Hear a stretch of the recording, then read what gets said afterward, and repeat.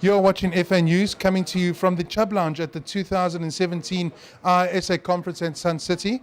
I'm joined by Achim Klennert and Thomas Barenthein from Hannover RE, who will be talking to us about the disruption of industries by tech startups.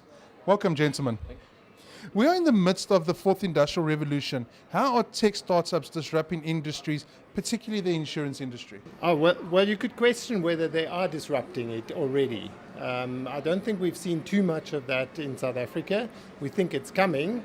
And worldwide, there have been business models that have been started, but have they killed existing players so far? No. The question is, what is coming? What is in the pipeline? Absolutely. I mean, if I look back, I'm an old man. And if I look back when I was young, Ericsson was dominating the mobile cell phone business. And then Nokia came, and Nokia was disruptive. They listened to the client, the customers. That's what they want. And everyone talked about them as being disruptive. And then the iPhone came, and everything changed. We haven't seen the iPhone in the insurance industry, that's for certain. Sure. What does it mean for brokers and traditional models? How do they respond? How do the brokers respond, particularly from a customer engagement point of view? Well, brokers are always doing a very, very good job to keep their position in the value chain. They are probably better than insurers in adapting and adopting to anything that's changing, to make certain that their value in the value chain remains. They are very good at that. So they are, of course, working furiously to make certain that the brokers are needed in the future as well, but their job is changing, absolutely.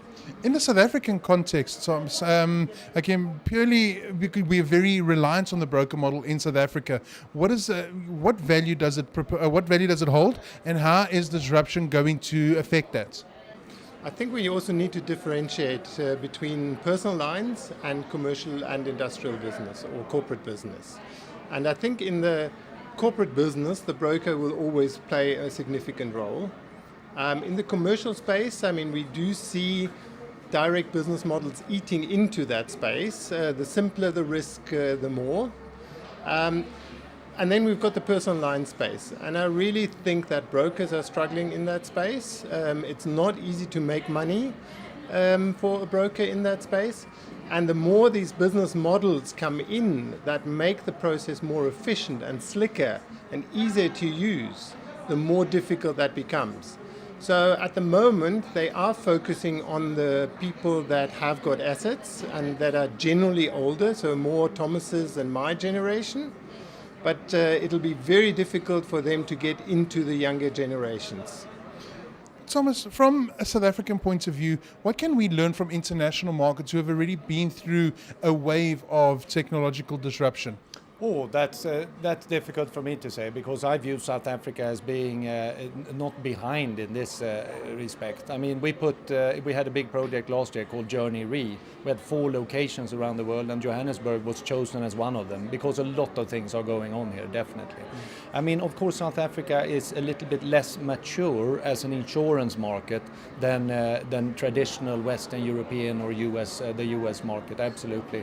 But I think that South Africa can definitely be in line with all the developments that are happening. Finally, just maybe a thought from both of you. What are some of the telltale signs of disruption happening in your business if you don't know what you're looking out for at the moment? What do you need to look out for? Well, definitely the challenge that we get from the new startups, hundreds of new startups around the world, popping up every day it seems, and they are definitely challenging the traditional insurance industry. Sometimes a bit provocative, definitely.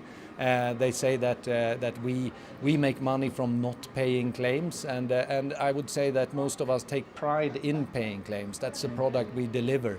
There are other things like that, but of course they're going to say that. We are definitely keeping our ear to the ground and monitoring exactly what's happening all the time, but we're not jumping on every ship. Okay. I think it's very important to incorporate the young generation into the workplace, because that's where your ideas come from, and they will teach you what they want to see in the workplace as well. So the digital native, Thomas has referred to that many times, is very important to have in the workplace. And I do admire companies that go out there and assign to executives millennial mentors and coaches. So it's the young coaching the older ones to stay relevant in the industry. And I think that's something that we will be looking at fairly soon as well. Achim, Thomas, thank you very much for joining us. Thank you.